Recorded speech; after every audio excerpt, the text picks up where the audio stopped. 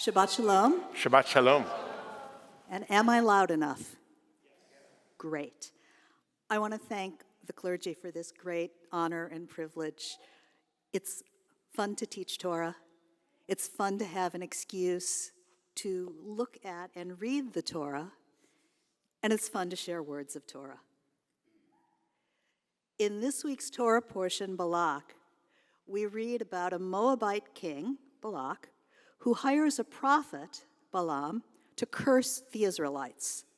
And although Balaam's plan is to follow Balak's orders, he ends up blessing Israel.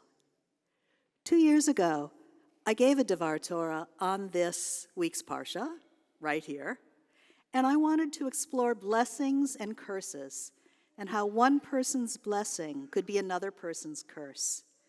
And while I was writing it, another part of the Parsha caught my eye. When Balaam saddles his she-donkey and comes to curse Israel, God places an angel in his way to stop him. Balaam does not see the angel. However, the donkey does and turns off the path. This happens 3 times. Each time, Balaam beats his donkey.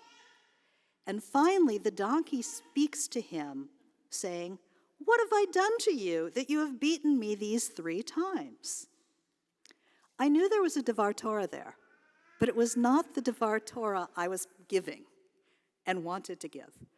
But for 2 years now, the unexplored and unwritten Devar Torah has been floating in and out of my mind. In short, the stubborn, angel-seeing she-donkey kept nudging me to see where that Devar would go. So this Devar Torah is for the she-donkey. In Pirkei Avot, chapter 5, verse 6, we learn that 10 things were created on the eve of Shabbat at twilight. The Hebrew is Bein Hashmashot, which means between the suns. And these are the things that were created: the mouth of the earth, which swallowed Korach, the mouth of the well, Miriam's well, which traveled through the desert with the Israelites, the mouth of the donkey, that same donkey who's been nudging me, the rainbow in the Noah story, the manna, the letters of the 10 Commandments, the staff of Moses, the shamir, which is some kind of worm that cut the stones for Solomon's temple, and again, the letters of the 10 Commandments, the writing of the 10 Commandments, the tablets of the first set of commandments. And some say also the demons, the grave of Moses, and the ram of Abraham our father. I love this text and its images. When I read it, I picture God having finished creation and getting ready for the first Shabbat, and then, Bein Hashmashot, at twilight, that ephemeral moment when it's not really Friday, but it's not yet Shabbat, God suddenly realizes that creation isn't finished. And God creates a weird and wonderful collection of oddities, each with an important role to play. A rainbow to make a covenant that God will never again destroy the world. A grave for Moses where God could bury him. A ram so that Abraham could make a sacrifice to God without having to sacrifice his son. A talking donkey who can see an angel when a prophet is blind to its presence. A donkey who was willing to challenge someone who had power when she had none. A well and manna which travel through the desert as people are wandering after leaving their home and looking for their next one.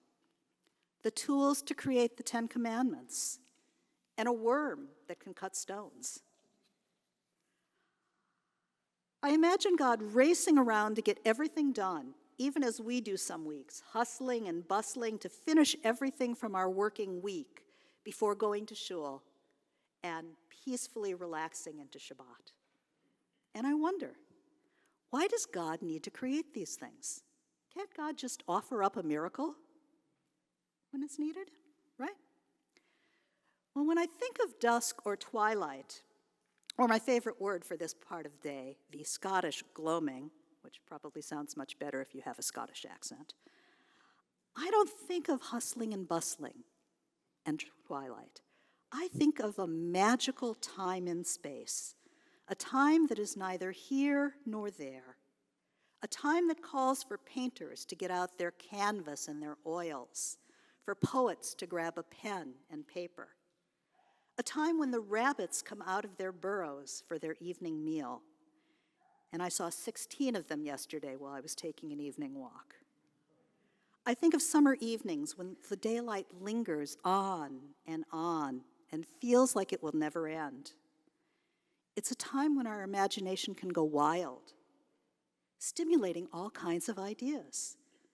And perhaps that is why God doesn't realize the need, or possibly have the imagination, to create this strange conglomeration of things until he's in the gloaming and running out of time. So, what exactly is twilight?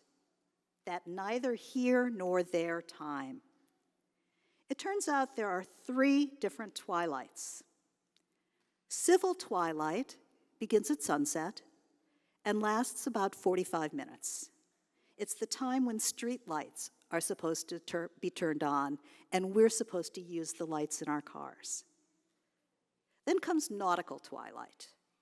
It ends when a sailor can't distinguish between the sea and the sky. And finally, there's astronomical twilight, when the faintest stars emerge. Twilight's length also varies depending on the time of year and the latitude where you live. If you think about polar nights in Canada, northern Canada or Alaska, where the sun does not rise above the horizon in the winter, nor set in the summer, there's actually only 2 twilights. And another example, tonight in Wellesley, I checked, civil twilight goes from 8:18 p.m. to 8:51. Nautical twilight goes from 8:51 to 9:33. And astronomical twilight is from 9:30 to 10:22. You can compare that to Tel Aviv, where tonight's civil twilight goes from 7:46 to 8:13. 27 minutes versus our 33 minutes. So, my deep dive into twilight made me wonder, how much time did God have, Ben Hashmashot, to make these creations? So, I Googled twilight times in Jerusalem and looked at September and October times for sunset and twilight, because I actually looked at twilight for last year's Rosh Hashanah and this year's Rosh Hashanah, because Rosh Hashanah is when the world begins. Depending on which twilight God used, Ben Hashmashot lasted roughly between 25 minutes and an hour and 20 minutes. That is not a lot of time to realize that you need to create 10 or 14 new things, then to create them, and to set them in some safe place so you'll be able to find them when you need them, when their time in history occurs. Now, according to Rabbi Dr. Joshua Kulp, in an explanation of Pirkei Avot, chapter 5, verse 6, all of these are part of God's ultimate plan, and they are not in any essence supernatural. He also notes that miracles such as splitting the sea and the standing still of the sun are not included in this list. So if God's Ben Hashmashot creations are not supernatural or miracles, perhaps what seems to be to us a quirky and odd list of non-related last-minute creations are here to teach us how to walk in the world. The mouth of the earth that swallows Korach and his followers warns us of the dangers of splitting communities. Miriam's well and the manna remind us to care for refugees and other people who've had to leave their homes as well as reminding us how long it takes for resettlement. The rainbow, God's promise not to destroy all living creatures, teaches us the value of all life, and especially today, reminds us of reaching out to the LGBTQ plus community. Moses' staff reminds us of the challenges of leadership, to make good decisions, to recognize our failures, and to commit to doing better. The letters, the writing, and the tablets of the Ten Commandments, among other things, encourage us to practice self-care and guard and remember to make a Shabbat for ourselves and to create that Shabbat. Moses' grave evokes the Talmudic text from Sota, page 14a, that teaches that one should follow the attributes of the Holy One, blessed be God. As God buried Moses, so should we reach out to support those who are dying, their family, and their friends. The ram speaks of the need to be careful about what or who we sacrifice. The demons can symbolize the fears and anxieties that each of us carry and the bravery it takes to address them. The shamir, the worm, I got nothing. Probably because I don't like worms. But there must be some people here who do, so I am absolutely open to your interpretations. And finally, the stubborn, angel-seeing donkey, that she-donkey who has been prodding me for 2 years, demonstrates perseverance, recognition of the holy, and the need to practice tsar balei chayim, the necessity to alleviate the suffering of animals. She reminds us of the imperative to speak up to power, that prophetic status does not guarantee menschlichkeit.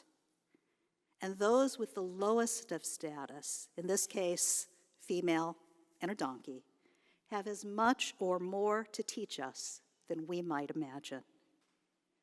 May we be blessed with the strength, commitment, and vision of the donkey, and may we carry her ethics and nobility in our own lives.